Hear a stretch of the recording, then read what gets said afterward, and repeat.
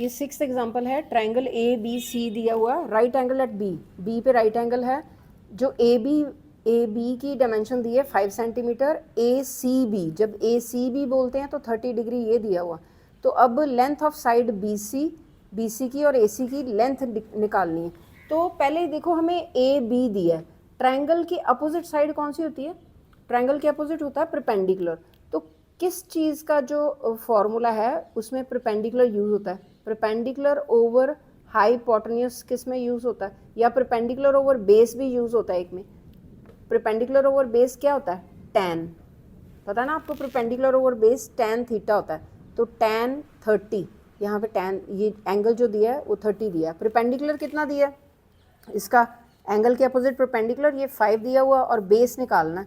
और tan 30 कितना होता है ये आपको पता है, ये आपने खुद ये वैल्यू भरनी है, जो टेबल याद कराया था उसमें tan 30 की वैल्यू खुद भरनी पड़ेगी। और b की वैल्यू, बेस की वैल्यू आ जाएगी, बेस इधर ले जाओ और ये इधर ले जाओ, ठीक है, ये इधर आके ऊपर आ जाएगा। तो 5√3 ये बेस आ गया। तो बेस क्या था? बेस जो था हमारा BC था, BC, ठीक है। और BC की वैल्यू, बेस की वैल्यू ये आ गई, यहाँ पे लिख लो 5√3। तो अब हमने वैल्यू निकालनी है AC की, ठीक है। तो वो कैसे निकालनी है? अब देखो कौन सा फॉर्मूला है, अगर हम sin 30 लगाते हैं तो sin 30 की क्या होता है? ये होता है परपेंडिकुलर ओवर हाइपोटेन्यूज। ऐसे करने से हाइपोटेन्यूज की वैल्यू निकल आएगी। तो ये sin 30 कितना होता है?